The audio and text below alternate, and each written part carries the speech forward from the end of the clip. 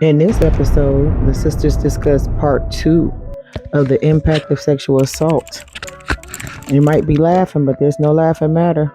Check it out, y'all. Hey, y'all. Hey, y'all. How you doing? We was having a quick kiki before y'all came on here, but it's the Hawkins sisters. The Real15. Yes. So, our last episode, we talked about the impact of sexual trauma as it pertains to sexual assault. And my sister and I both shared our stories where she was raped by her boyfriend at 14 years old. And I was raped by some mug I liked at 16 years old. But once we ended the live, not the live, but the recording, I began telling my sister about some other encounters that I had experienced. And it really put into perspective how many times I've had that happen to me. Either that one time that was an actual time, but then the other times for these attempts. One of them was with this guy, and I liked this guy. We were teenagers. I was still in high school. I think I may have been 16 at this time too, I believe. I'm not sure. But however, I liked this boy. I liked him. So I'm down at the park playing or whatever, and they stayed down that way. I'm down there playing because I was a tomboy. You know what I'm saying? I always was with the boys and stuff.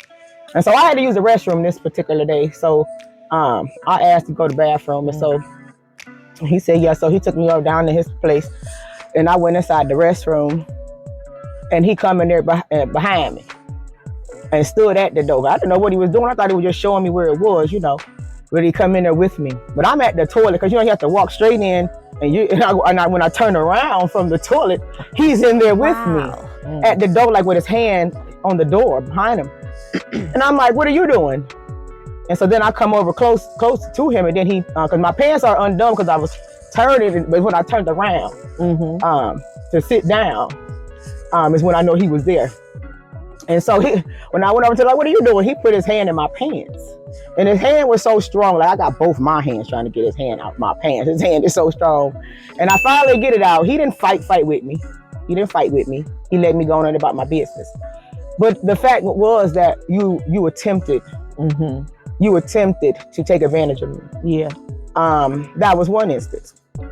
And I know some of y'all might be able to relate to some of these stories because we get to liking on somebody, get somewhere with them and feel like, oh, I gotta have sex with him if I want to get home safe, or I gotta have sex with him, or let me give y'all another scenario, and this actually happened to me.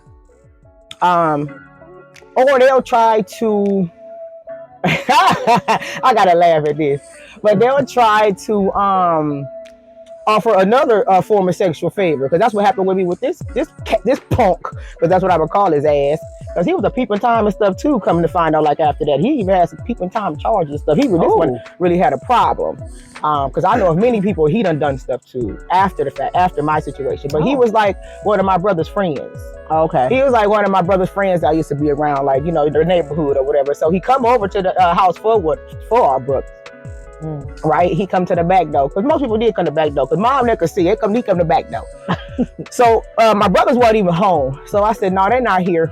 He said, can I get a cigarette? I said, yeah. And my cigarette's upstairs in my bedroom. I said, yeah. So he followed me upstairs, and I don't think nothing of it, because I was a tomboy, so I wasn't scared of dudes. I wasn't afraid. I didn't feel unsafe, none of that. So he followed me up there, no big deal. So once we got up there, he asked me if he could perform oral sex on me.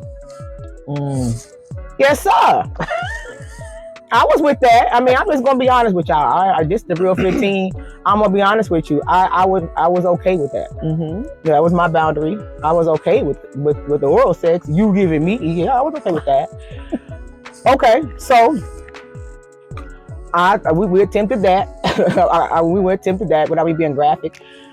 And so this mug gonna try to come up, like acting like he trying to kiss me, and I wasn't kissing mug. I'm getting kissing you. You trying to eat on me? I'm not kissing you anyway. But anyway, so he tried to come up and kiss me, but he got his thing out. I got a 2-liter that was beside my bed. I remember y'all was a RC Cola 2-liter.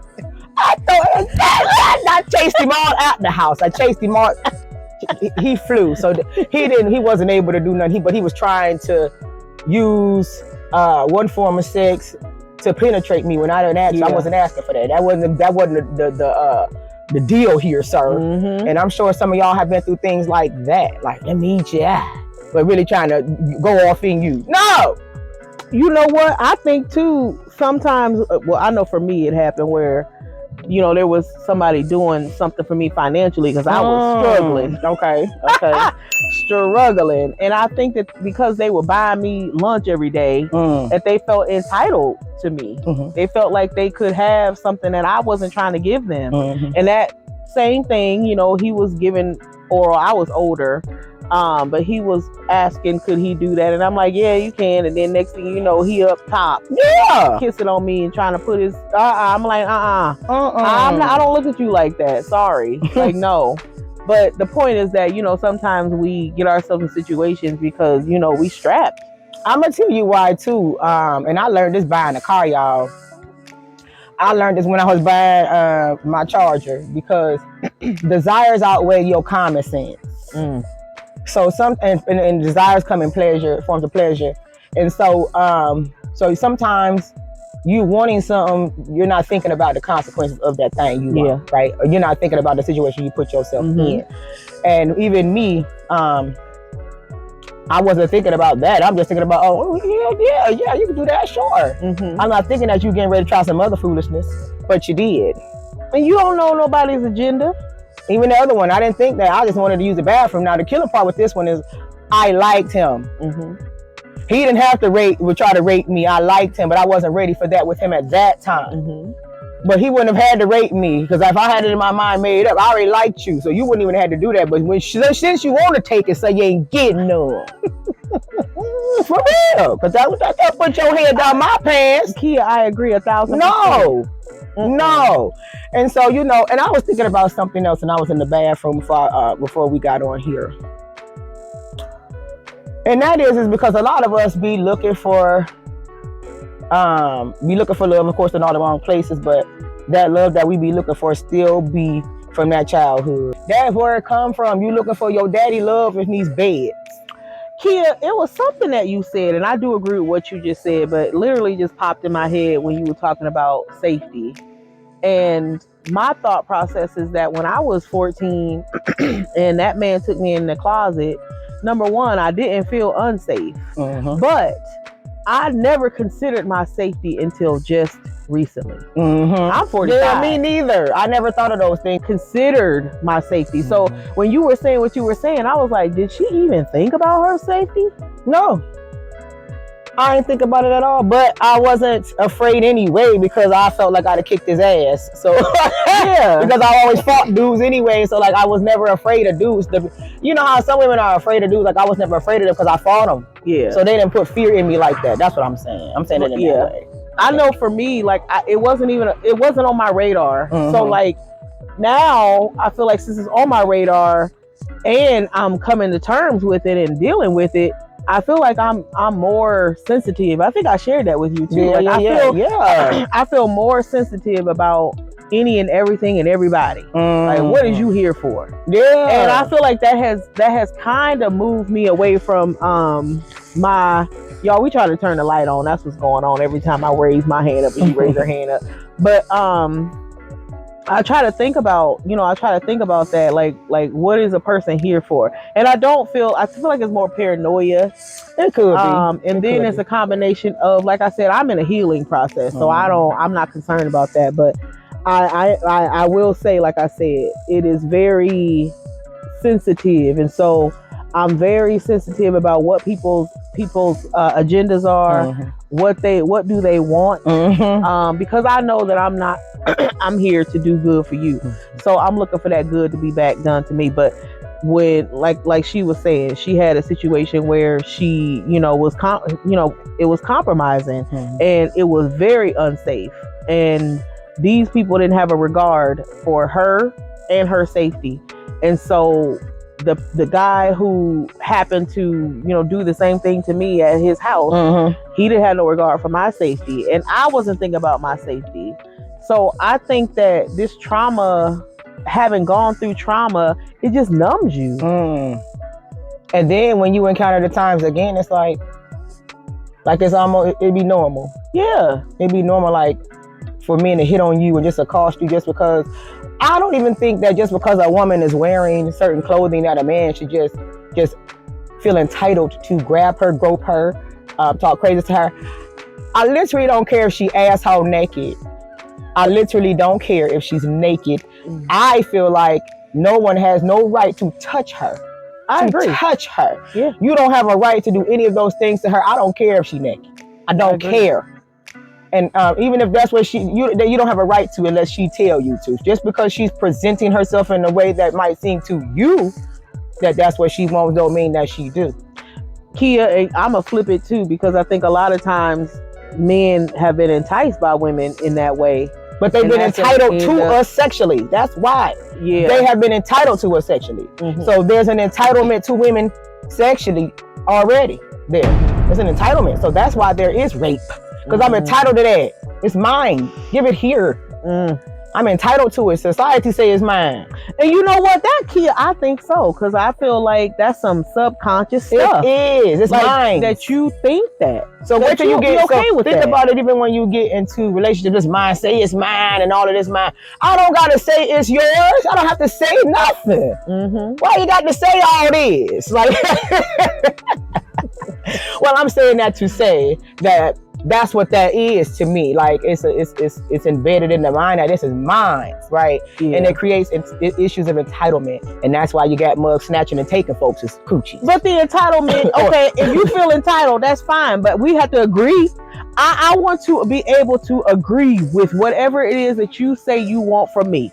If there is no agreement, then let's scrap it all. To me, I don't care. Even your entitlement is rape.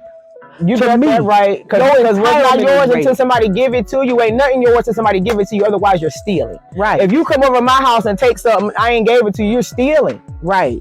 Even if it's a piece of candy in a jar. Right. Okay. What it is, you're stealing. Right. You committing a crime. Now you may not get in trouble because all are welcome, but still, like, let me know you about to take this candy.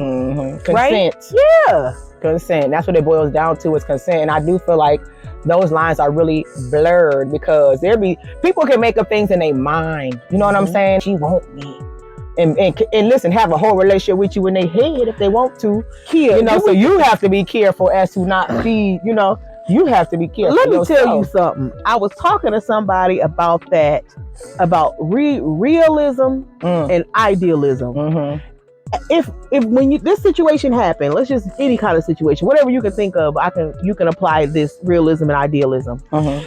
Is it mutual? That's the realism part. Is whatever he feeling mutual with what you feeling, or is it just you feeling it? That's idealism. So we must be in agreement in order for it to be real. Well, you've ever seen put that in your pocket, because I'm telling you, you're gonna need it. What's that movie? Might have been Higher Learning, when that boy raped that girl on there. And first he was like, it was kind of a situation like mine. That part of that movie is very triggering for me, because mine's happened like that. I wasn't at a frat party, but it was just a little mess. I ain't got no business at, and it kind of happened like that on the movie Higher Learning, when that girl got raped. And but he was kind of saying to her, like, you want it. So that's what I was saying when I was saying that. That's what I meant in that context. Like, they would make up in their mind like that you want it. That's and you don't. That is the difference between I idealize whatever is going on here. This is my own personal fantasy. If you and I don't agree that we share this fantasy, it is yours alone. It is an idealistic situation. So that's what I mean. And if it's real, if I say yes, I do want it. It's not real. It is rape. When I say when you have that in your mind, and I don't know about what's going on in your mind, that's when it's absolutely rape. And it's idealism. Realism is you and I have an agreement that this is going down this way. And it is raining on our heads. I know that's right, y'all. So we're going to be talking about this, and this light is acting a fool too, but listen, the devil busy. He don't want us to talk about this stuff, but we're going to do it anyway, because y'all going to keep y'all hands off of folks. Y'all going to keep being entitled to people's purses. And I mean, they coochies, but I say they purses. But you're going to quit being entitled to people's body. You're not entitled to it unless they give it to you. Otherwise, you steal it. Yes. Now, so we're gonna be talking about that. I'm sure we're gonna have some other ones coming up. We want y'all to get on here because this is a Me Too movement, but it ain't a Me Too movement, but it is because we want you to have a voice. Yeah, We want you to heal. have a voice and heal from this stuff because it affects us. It affects your relationships when you trying to have one with your man and can't because you trying to have this old punk that took something from you that you ain't get this mug. And one with a relationship with yourself. Mm-hmm. Like that's to me is the most important one. It is your relationship healing with that yourself. within you. Yeah, and accepting that. Guess what? This wasn't none of your fault. Mm-hmm. You didn't do nothing. I don't care if you went over there. I don't care if you took your pants down. He ain't had no business doing that when you said quit it. He ain't had no. As soon as it was no, it was no. Yeah. You should have been honored. I should have been honored, but they didn't. So guess what? That's right, y'all. They raped us. You were raped if that's what happened to you. Yep. And they need to pay for what they done. If that can happen, because they don't need to do this to nobody else. That's right. So we're gonna keep talking about this, y'all. We love y'all. Love you. And we are really enjoying y'all on our page and our group. Subscribe to our channel, and we're gonna be bringing y'all some more of this real. All right, everybody. We love you. Till next time. Ooh, that was a doozy. Thanks for watching, y'all. And subscribe to our YouTube channel. And follow us on Facebook. We do have a Facebook engagement group as well as a like page. So follow us there at the Real15 Podcast, Insights with Sisters. And subscribe to our YouTube channel at the_Real15. Subscribe.